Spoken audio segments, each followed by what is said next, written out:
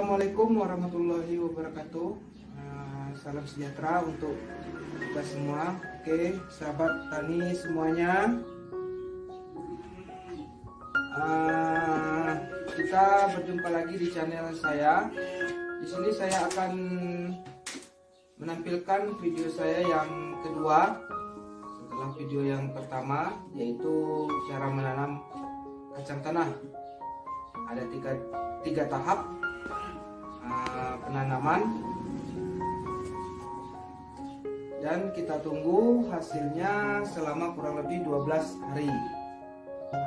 Video saya kali ini saya akan merevisi bagaimana hasil dari tanaman kacang tanah putih tadi setelah 12 hari, semenjak hari pertama penanaman dan sampai sekarang selama 12 hari ya. Jadi bagaimana proses pertumbuhannya, apakah kacang tanah tersebut tumbuh dengan subur atau tidak tumbuh sama sekali.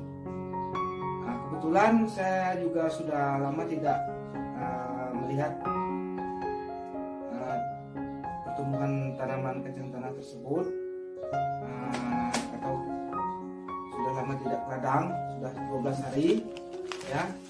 Jadi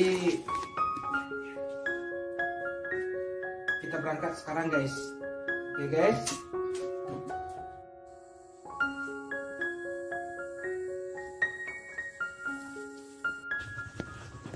Sahabat tani semuanya, jangan lupa subscribe, like, dan komen di bawah ini ya guys. Aduh, maaf guys, jalannya agak ekstrim nih, karena hanya ini satu-satunya jalan yang akan kami lalui tiap harinya untuk menuju ladang guys. Oke guys, ikuti saya selanjutnya.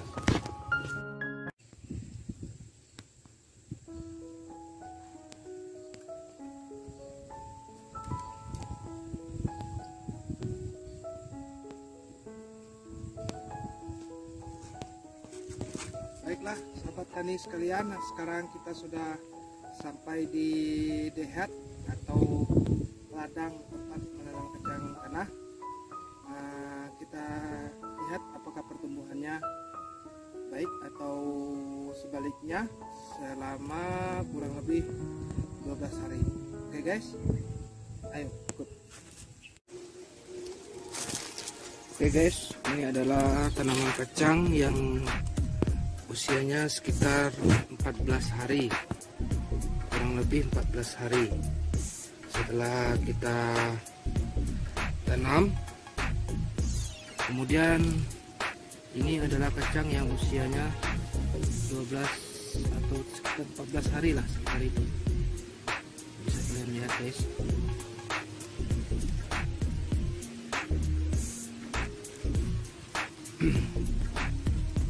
Pertumbuhannya sangat cepat.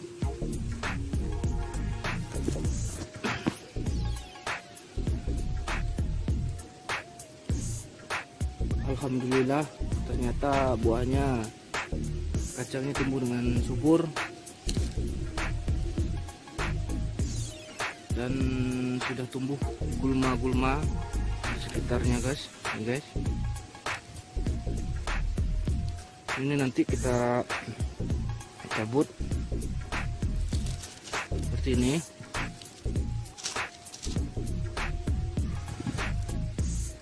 Dan teknik penyuburannya yang sederhana saja untuk supaya dia tumbuh dengan subur, memiliki umbi banyak. Nah, cukup kita timbun di sekitar batang, kita tutupi seperti ini. Saya tidak menggunakan pupuk guys. Jadi setelah 12 hari sampai usia panen, saya tidak menggunakan pupuk.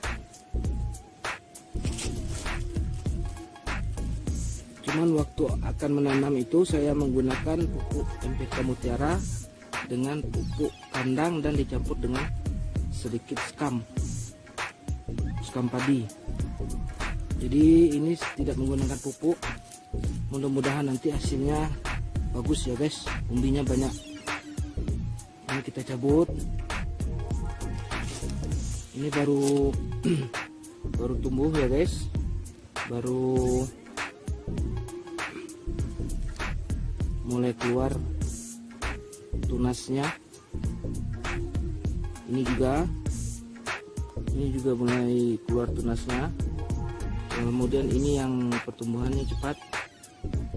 Ada yang cepat pertumbuhannya, ada juga yang lambat, mungkin karena faktor dari bibit itu sendiri guys, atau faktor dari tanah juga berpengaruh.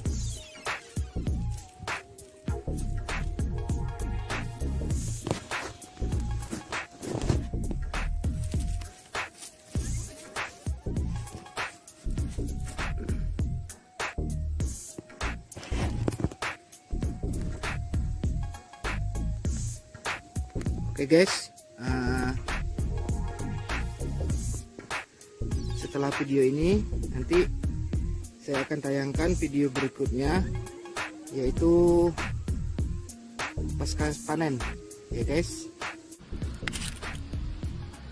Baiklah sahabat tani sekalian, di sini saya akan mencoba menjelaskan sedikit mengenai kacang tanah, sejarah kacang tanah, dan manfaat kacang tanah bagi tubuh dan kesehatan kita.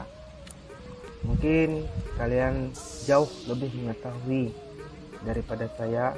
Saya sekarang akan mencoba untuk mengulanginya kembali. Mana tahu di antara kalian ada yang sudah lupa mengenai sejarah kacang tanah dan manfaat kacang tanah bagi kesehatan. Baiklah sahabat tani sekalian, kacang tanah atau bahasa latinnya Arachis hypogea adalah tanaman polong-polongan atau legum ya, polong-polongan atau biasa disebutnya legum. Jadi kacang tanah itu mulai masuk ke Indonesia pada abad ke-17. Kacang tanah tersebut berasal dari Amerika Selatan, tepatnya di daerah Brasilia. Kacang tanah masuk ke Indonesia dibawa oleh para pedagang Spanyol, Cina, dan Portugis pada saat melakukan pelayarannya dari Meksiko ke Maluku setelah tahun 1597.